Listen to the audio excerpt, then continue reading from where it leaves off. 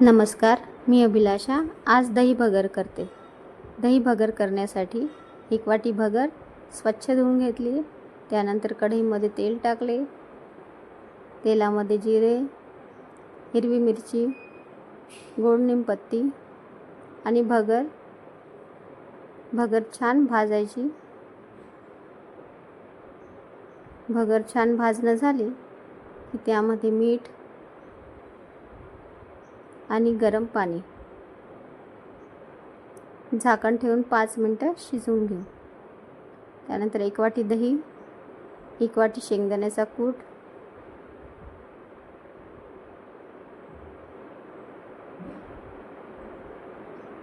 साखर, मिश्रण छान मिक्स झालं की झाकण ठेवून 5 मिनिटं शिजवून घेतली. पुन्हा बघा, छान दही भगर तयार.